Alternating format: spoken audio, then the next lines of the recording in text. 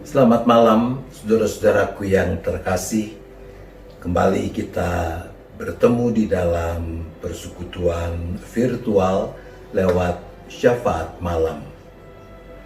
Menyombongkan kerendahan hati. Demikian judul cerita yang mengawali refleksi kita malam hari ini. Di dalam tulisan Romo Anthony de Mello, saya menemukan cerita ini. Ada seorang rabi tua yang sedang sakit keras terbaring di ranjangnya. Dia masih sadar sekalipun kondisinya makin menurun. Murid-muridnya berkumpul di sekeliling ranjang tempat ia berbaring. Mereka mulai memberikan testimoni tentang kebajikan-kebajikan rabi tua ini. Yang pertama berkata, Rabi adalah orang yang sangat bijak.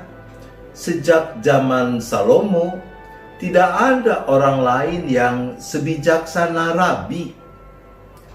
Yang kedua melanjutkan, imannya kawan, ingat imannya luar biasa. Iman Rabi sepertinya setara dengan iman Abraham, bapa leluhur kita. Dan kesabarannya cuma Ayub yang bisa menandingi, ujar murid ketiga. Jangan lupa keberaniannya mengingatkan kita akan keberanian Nabi Elia ketika melawan nabi-nabi Baal. Begitu selanjutnya para murid memuja-muji sang rabi, menyetarakan kebajikannya dengan kebajikan para nabi. Tapi istri rabi itu memperhatikan bahwa suaminya kelihatan gelisah, seperti tidak puas. Setelah para murid pulang, sang istri berkata kepada suaminya, "Suamiku, kau sudah mendengar bagaimana murid-muridmu begitu bangga dengan dirimu. Mereka memuja-muji berbagai kebajikanmu. Kau senang kan mendengarnya? Lalu, mengapa kau kelihatan gelisah dan sepertinya tidak puas?"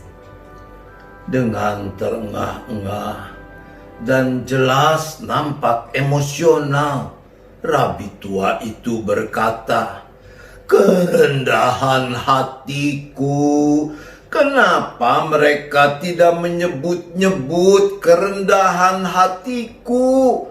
Tak seorang pun menyebutkan kerendahan hatiku." Lalu matilah rabi itu. Kerendahan hati adalah kebajikan yang penting untuk dipraktikkan dalam kehidupan ini. Di dalam Mazmur 149 ayat 4 dikatakan, sebab Tuhan berkenan kepada umat-Nya. Ia memahkotai orang-orang yang rendah hati dengan keselamatan. Yang diperkenan Tuhan adalah yang rendah hati.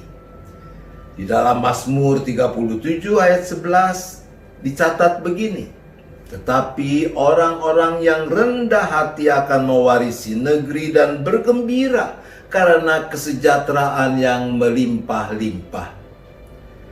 Yesaya pasal 57 ayat 15 mencatat firman Tuhan demikian, Aku bersemayam di tempat tinggi dan di tempat kudus, tetapi juga bersama-sama orang yang remuk dan rendah hati, untuk menghidupkan semangat orang-orang yang rendah hati dan untuk menghidupkan hati orang-orang yang remuk.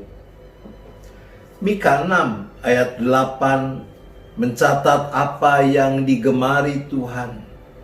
Hai manusia, telah diberitahukan kepadamu apa yang baik dan apakah yang dituntut Tuhan daripadamu, Selain berlaku adil, mencintai kesetiaan, dan hidup dengan rendah hati di hadapan Allahmu.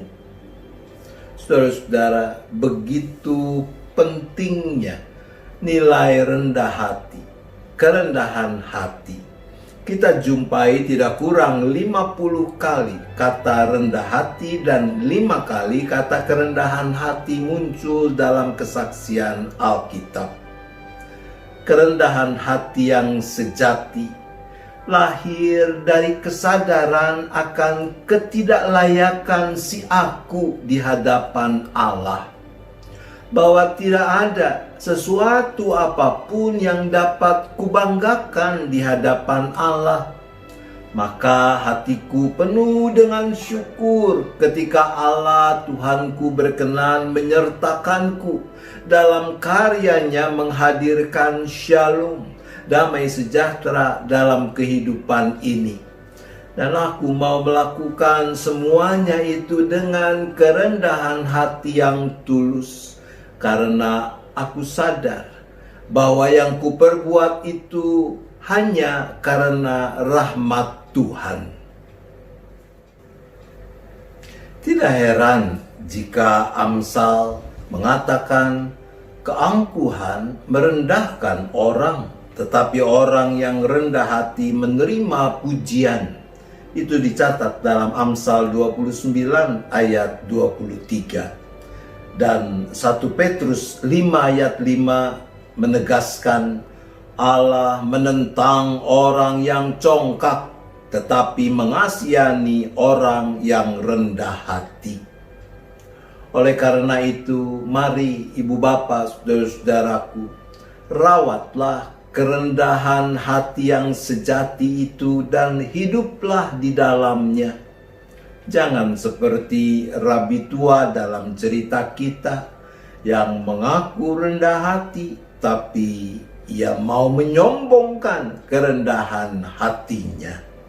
Tuhan menolong kita. Amin. Mari kita bersyafaat. Bapa di sorga, kembali kami bersahati datang di dalam syafaat kami. Pertama, kami mohon pengampunan kalau suka menganggap berbagai hal, termasuk di dalam pelayanan, adalah pencapaian diri pribadi. Dan karena itu kadang kami jauh dari kerendahan hati yang sejati. Untuk itu kami berdoa.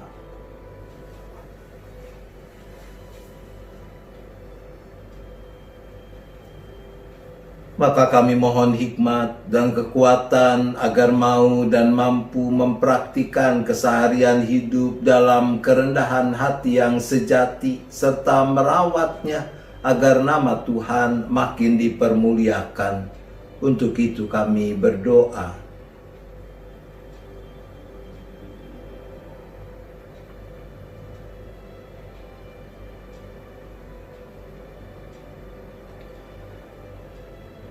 Bapa, ketika pandemi belum juga kunjung usai, maka kami tetap berdoa, memohonkan rahmat Tuhan bagi keselamatan umat manusia di muka bumi yang sedang dilanda pandemi ini. Untuk itu kami berdoa.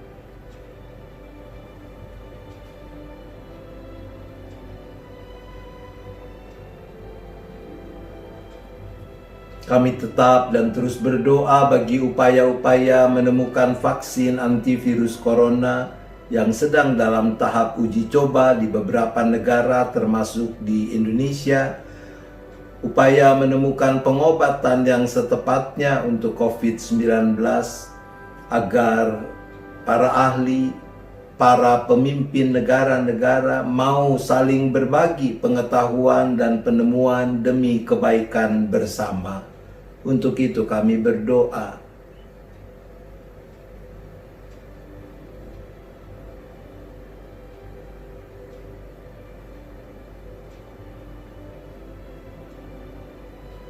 Kami juga berdoa bagi dunia usaha yang pada umumnya mengalami kesesakan yang sangat karena pandemi. Khususnya agar para pemimpin perusahaan-perusahaan dimampukan untuk mengambil langkah yang tepat, yang bukan cuma masih akan mendatangkan keuntungan bagi perusahaan, tapi juga mempertimbangkan kesejahteraan para karyawan. Untuk itu kami berdoa.